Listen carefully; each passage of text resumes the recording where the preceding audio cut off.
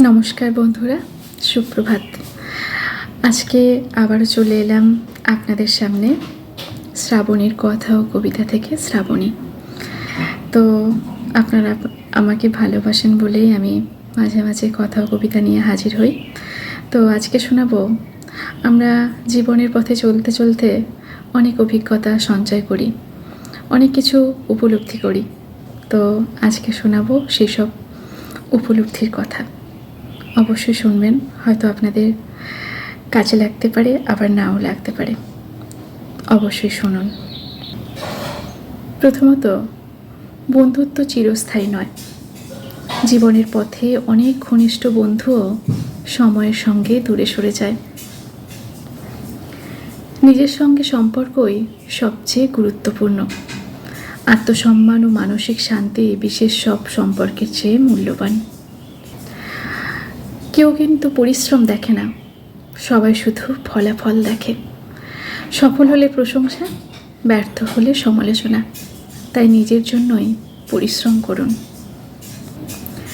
হৃদয়ভঙ্গ ও ব্যর্থতা জীবনেরই অংশ।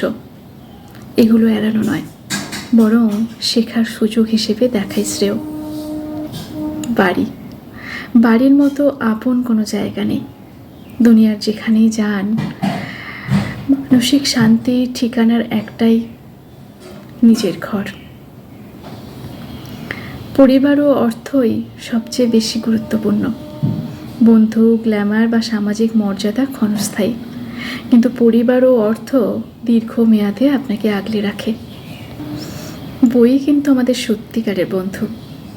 বই কখনো প্রতারণা করে না, বরং জ্ঞানের আলো দিয়ে পথ দেখায়। শারীরিক ব্যায়াম চাপ কমায়, শুধু ফিটনেসের জন্য নয়, মানসিক প্রশান্তির জন্য ব্যায়াম জরুরি। আমরা সবসময় ভেঙে পড়ি, তাই অনুশোচনা ও কান্নায় সময় নষ্ট নয়। যা হয়ে গেছে তা আর ফিরে আসবে না। জীবনে যা কিছু হয়ে গেছে তা আর ফিরে আসবে না। সামনে এগোনোর দিকে নজর দিন। আর যা চাইছেন কাল হয়তো তার মূল্যই থাকবে না। মানুষের চাহিদা বদলায়, তাই আবেগের বশে সিদ্ধান্ত না নেওয়াই ভালো। অন্যের নয়, আপনার সিদ্ধান্তই জীবন গড়ে দেয়, ভাগ্য নয়।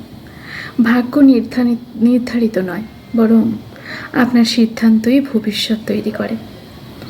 তাই নিজের সিদ্ধান্ত নিন, অন্যের কথায় নয়, নিজের কথা শুনুন। শৈশবই জীবনের সেরা সময়। দায়িত্বহীন নির্মল আনন্দের সেই দিনগুলো আর কখনোই ফিরে আসবে না। তাই নিজের যা সিদ্ধান্ত সেটাই নিন এবং ভালো থাকুন। সকলকে ভালো রাখুন, নিজেকে ভালো রাখুন। যখন এগুলো আপনি বুঝতে পারবেন, তখনই নিজের প্রতি, নিজের জন্য একটা শ্রদ্ধা আসবে, আর তখন নিজেকে ভালোবাসবেন, সব কিছু ভালো হবে। ধন্যবাদ।